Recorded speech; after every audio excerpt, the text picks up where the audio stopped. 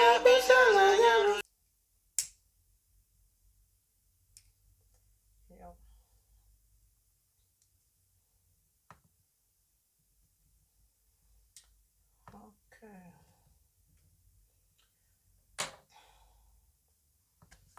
So, hi guys, welcome back to my channel, Evermum Gist TV. If today is your first time of coming across my channel, or you have been watching and you haven't subscribed, please click on that red subscribe button and subscribe. And don't forget to click on the notification bell as well for you to get notified whenever I upload any video here on this channel.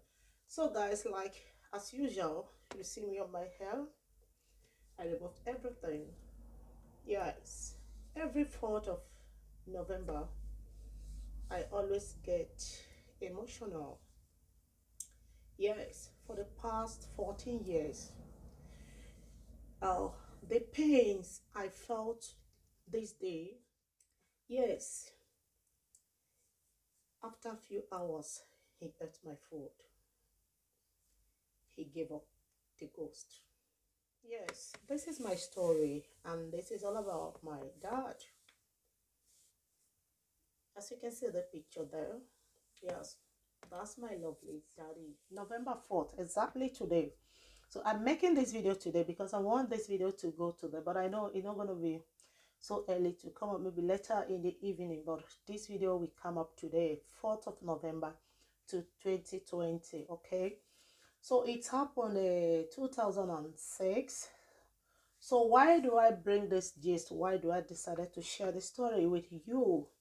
Because so that you stop procrastination, you stop postponing. Do anything you want to do at that moment. Don't keep it for the next day. Don't keep it as in I will do that next tomorrow. You don't know what tomorrow holds for you. Yes, you know why I'm saying this. I think within me there is something in me that gives me that joy that Amaka, you don't have to think so far. You tried. Yes, I tried. And whenever I remember this, I have some strength that comes in me whenever I decide to think about all the incidents, how it happened. So it's look at me, I'm just on my natural hair. I removed every, artificial. I just want to go on natural. Okay.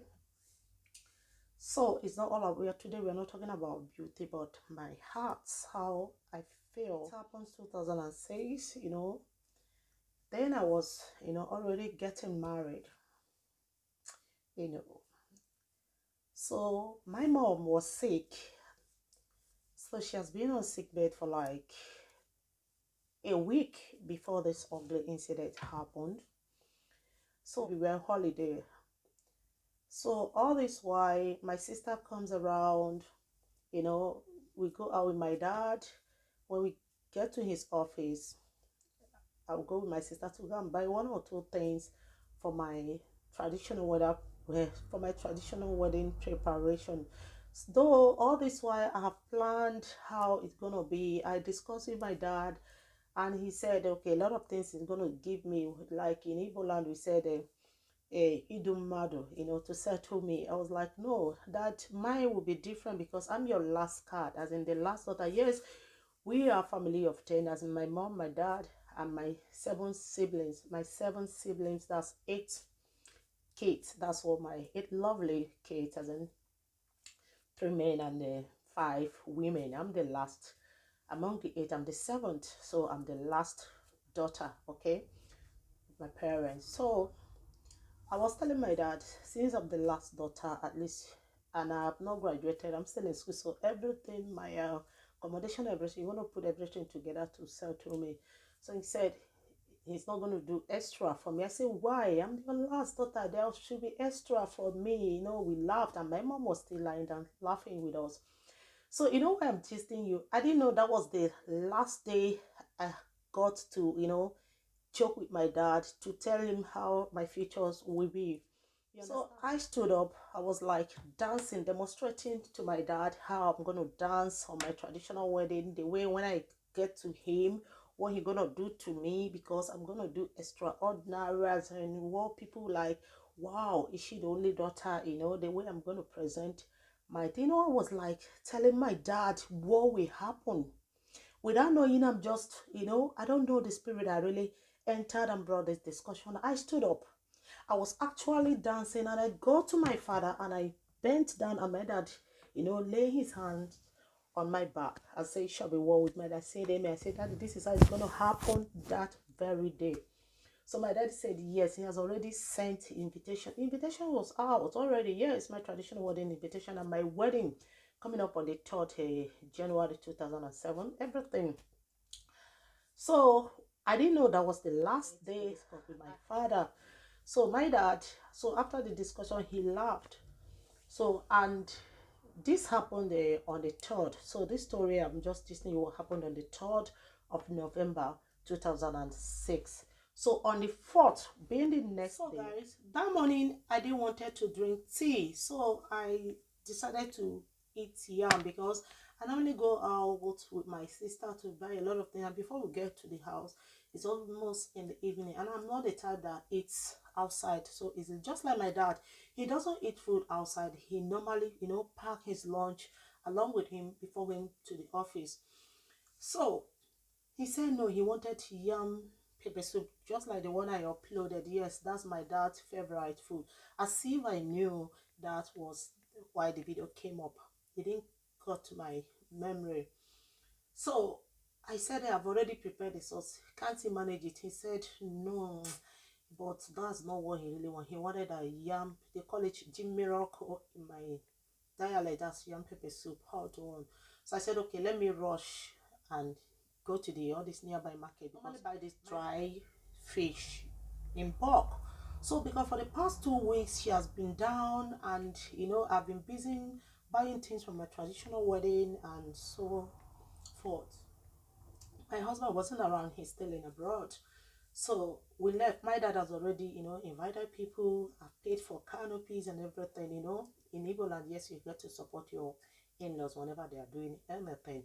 Except some parents, some families that leave everything for the in-law to cater for, which is not good. Yes, it doesn't give you respect. So sorry if this word offended any of you, but I'm just trying to be honest and simple truth about this. So that you won't do that the same mistake your parents did in your own side in the aspect of your kids, so you retain your respect. So I quickly rushed to the all these small scales market. So I was lucky, I saw dried fish mangala, so I rushed down home immediately, wash it with hot water, prepared to cook. Yes, I learned my cooking from my mom. She's a professional cook. Yeah, she cooks. I mean, she doesn't own a restaurant, but when she cooks, you lick your fingers. So I prepared the yam pepper soup. Yes, finished it. And I cooked like 2 portions, and I dished everything out. I only left one piece for myself and then just the pepper soup itself because I really need to drink hot pepper soup. So I saw you finished this food. What happened? All in her life, she has never seen the husband as in eat this quantity of food. I said even me, I'm just amazed, mom. Maybe the yam really entered or what? My dad now said that he's even afraid that seeing himself finishing this food as if something. So we laughed over it. So I asked my mom, do you really want to eat that? You didn't just. She said wanted only the pepper soup. So I used the fork and I took I took the yam with the fork. So I was eating it with the fork and I passed the pepper soup to my mom. Yes, I passed it to my mom. My mom was, she was drinking it. So after everything, so we all dressed. So my dad said, okay, David, my dad's driver now came and greeted. So my dad said, okay, we already set to go. So David went downstairs, entered the car and so on, straight to the hospital. So we dropped my mom in the hospital. So my dad said, okay, when you finish, David will bring you to the office, So I left. So I left them there. I picked Okada straight where my sister was waiting for me, where she parked. So I got there, I saw my sister, so we both, went to the market. It's not even up about like 2 hours. I got a phone call. It was my mom. When I look at it, I said, my mom, Nji, my mom, Nabo. So I picked. I said, hello, mom. She said, yeah, she's in the hospital. That's Ainaga hospital. I said, oh, I said, we are rushing to the hospital. I said, who is sick? He said, your dad. I said, my dad? He said, yes. I said, who picked you from the hospital? She said she finished and she couldn't call. So, immediately she got to the office to sit down. She saw my dad vomiting blood. She said, why? Did you eat anything? He said no. It was only the yam I prepared. That was the only thing he ate. So my mom said, okay, quickly, let's rush to the hospital. Immediately, my mom took my dad and they called. David was already there. So David drove them to the hospital. He was already in coma. So when we got to the hospital, he was, sleeping, but he was breathing. So the doctor pinched my dad. I said, don't stop pinching him, because after when he wake up, you understand, it's going to pain him. So the doctor said, okay, we hope so. So we asked my mom to go so that we can stay with my dad. My mom said no, she's going to sleep here. So when we tried to force her, mommy, go. At least we are stronger than you. She said no. I left with my sister. My sister went to her husband's house and I went home to stay with my immediate older sister. The rest are not around. It's only a baby and I. Yeah. She just opened her hand and said, I lost it. Your daddy. Oh my God. The pains, the agony that got to my head instantly. I am yet to recover it. Yes, I have my case, but whenever it got to this day, I feel the incident, occurring to my face. I was like, what if I said, Dad, do with the yam sauce? I don't have strength to cook. My dad will leave this world with empty stomach. Or I would say, Daddy, drink tea. Maybe in the evening you'll be able to eat the yam sauce. He will not eat that food till he goes. My happiness, whenever I remember this, that gives me that joy and that strength, was like, I know he's in a better place. He was a good man. So whoever that knows is the one. Yes, my dad. He's a peacemaker. He's a loving and caring man. You would love to. He helped people so much. He carried people's burden. That's all about my dad. Sir Wilfred, I light this candle this day, 4th November 2020, here in my channel. It will forever remain. And may the souls of all the faithful departed, through the mercy of God, rest in peace. May their souls rest in peace. Amen. And in the memory of my late father, Daddy, continue to rest in the bosom of the Lord until we meet to part no more. I light this light because I believe you are in the right hand of the Father. And I decided to memorize this day because it's a day that we never live to forget in a hurry. No, and let your grandchildren know about you and let them know the kind of man you are.